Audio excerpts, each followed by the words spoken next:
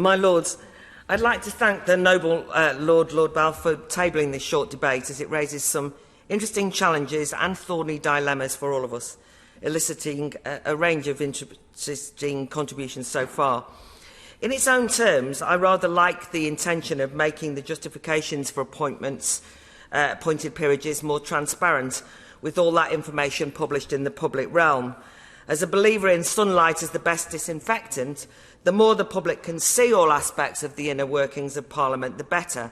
However, I'd like to raise several caveats about whether that would really lead to greater public trust in this House. As someone whose appointment here is relatively recent, and also whose appointment was, to say the least, contentious and elicited widespread media comment and speculation, although brackets to note, conspiratorial misinformation is not just the preserve of trolls on social media, but alive and well in the mainstream. But anyway, I have every interest in a more open system. But as an outsider, before I entered this place, I always thought the opaque way that people were offered peerages inevitably fuelled suspicion. And it was always far clearer to me why hereditary peers were here, far more so than appointed peers. The truth is that none of us are here legitimately in terms of democracy, I'd argue. I appreciate that the main public concern is often the notion of cash for honours.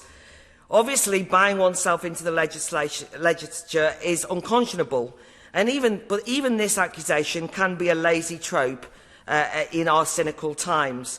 For example, as we speak, there are plenty of people saying that peerages for myself and several other recent non-party appointments were paid for by dirty Russian money because, you know, Brexit was a Putin plot, etc.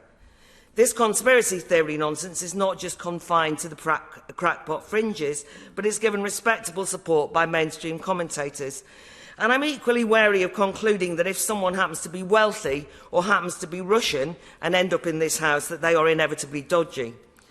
In general, I am suspicious when the corruption of democracy is confined in a narrow way to follow the money critiques. Is it any less distorting of the legitimacy of the legislature that many peers here lost their seats because the electorate rejected them in elections, yet here they are still making laws?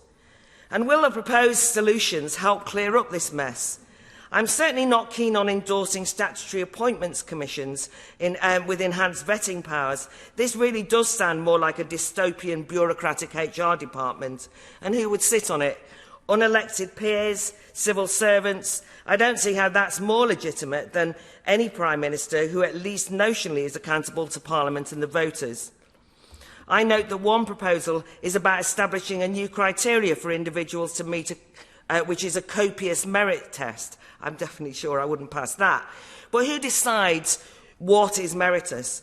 Is it a moral purity test? Would it be expertise? In which case are we advocating a chamber of philosopher kings, even further removing decision-making from the plebs?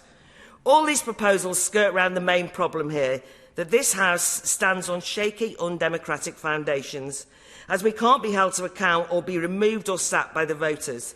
And any appointment system will always be flawed or open to cronyism or patronage accusations when it's removed from the most important scrutineers, the demos. The very basis of any legitimate parliamentarian claim to wield the power of lawmaking should be the electorate. Yet the House of Lords stands above them, and until that is resolved, then I'm afraid that every other proposal just might end up as PR and spin.